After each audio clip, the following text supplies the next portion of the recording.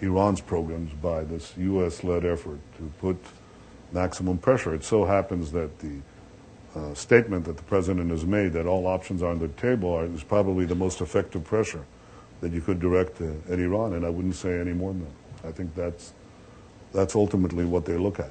And they have in the past, as you know, backed off when they thought that the U.S. would act in a more forceful way.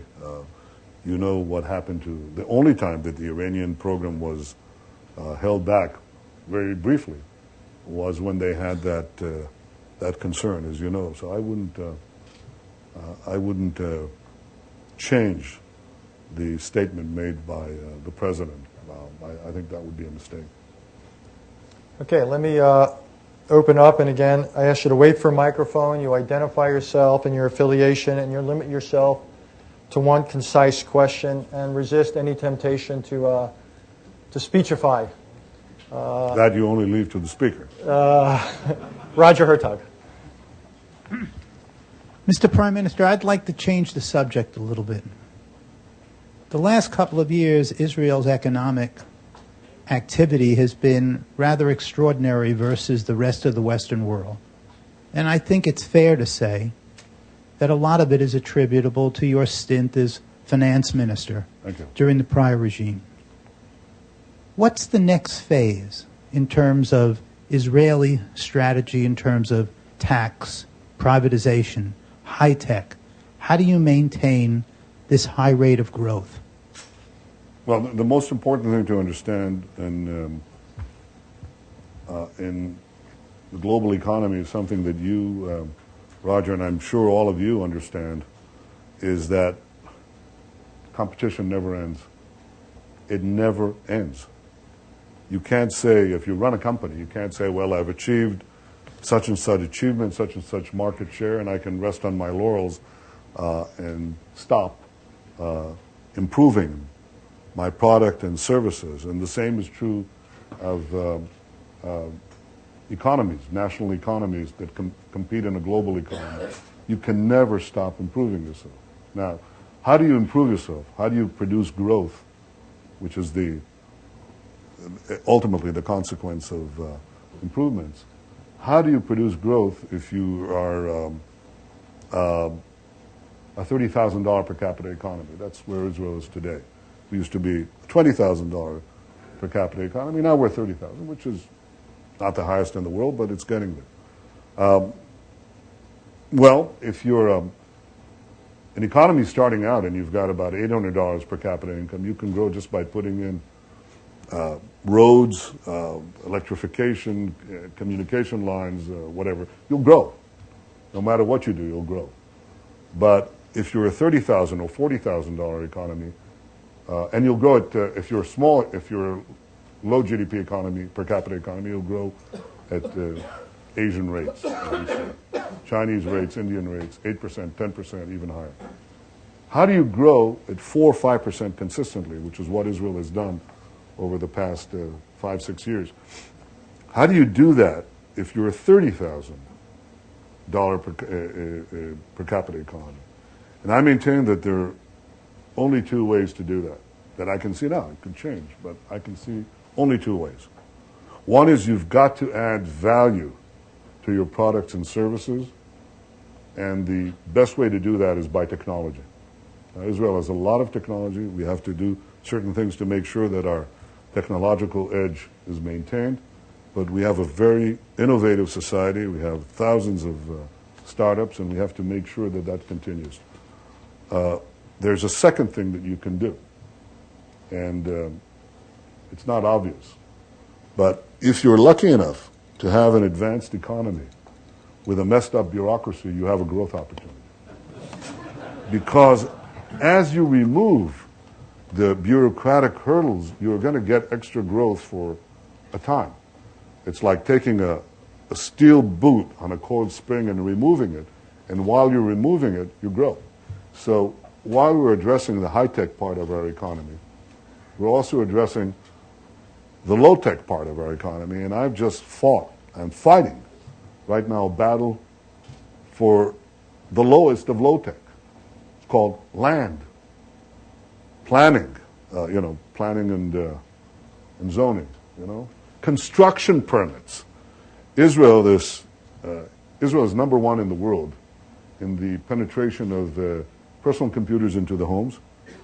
I'm happy to report to you that we're number 140 in the world in property registration, 120 in the world, 120 in the time it takes to get a building permit.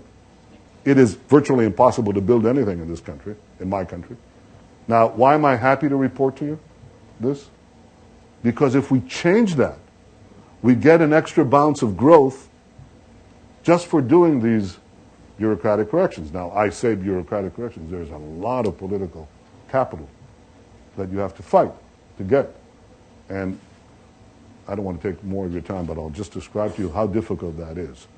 93% of the land in one of the world's smallest countries is controlled by a government monopoly. It's called the Israel Land Authority. 93%. Okay? In America or Europe, it's probably 40 or 30% government-owned land. Now, I can't provide more land in order to have more construction unless we free this up. So I had a bill to reduce that number by a very small amount, but significant. I was challenged from the right that I was giving land to the Saudi sheiks. What would they do with it? I don't know if they take it away. I was challenged from the left that I was giving it to my fat cat friends. I don't have any, by the way. The voting came on this land reform bill. And we started having the reading, and I have a very comfortable majority in the Knesset. It disappeared. Many of the Likud ministers weren't there. The labor ministers weren't there. I stopped the vote, went down to my office in the Knesset, and I issued a statement, and I said, we're going to have another vote in 10 days. Any minister or deputy minister who doesn't come will be fired on the spot. In 10 days, we had another vote. It passed with wondrous majorities. These are advantages. The advantage you have in developed countries is that you can reform. If you have the political will and the political vision and are willing to spill political blood, your own, you can pass these reforms and get extra years of growth. It's technology and basic structural reforms that produce the advantage for any country. That is what has produced the advantage for my country in the last decade, and this is what I hope to see in the coming decade. After that, you'll have to ask me, the world may change completely. We don't know. But this is what it is. Lots of hands. I can see already I'm going to disappoint people. Bob Lifton.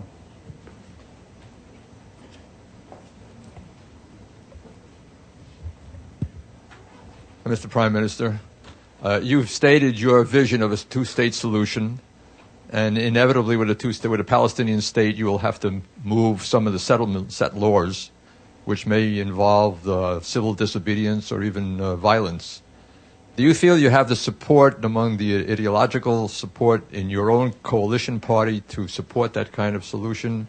And do you feel that the Israeli public is prepared for that kind of solution? I think that the most important thing, I think the most important thing is to first try to define a clear vision of peace where people see the benefits of what it is they're getting.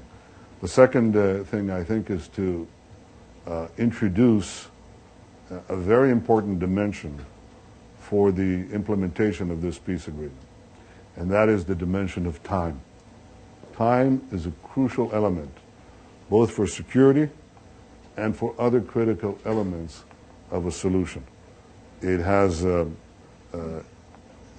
it's a great facilitator of change. And if you build in a time factor to any type of solution that we have, I think it would help enormously. But the rest I leave to the negotiations that I intend to have with President Abbas. I'll be asking him on the Palestinian side even tougher questions than you asked me. Ode Aberdeen.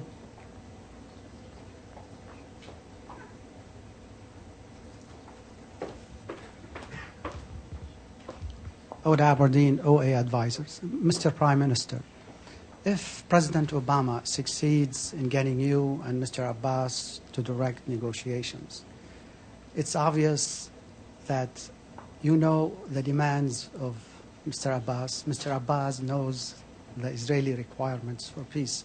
So if you have direct negotiations, do you think within a year we can have an agreement similar to what happened in 79 when President Sadat and Begin negotiated a peace agreement? Yes, I do.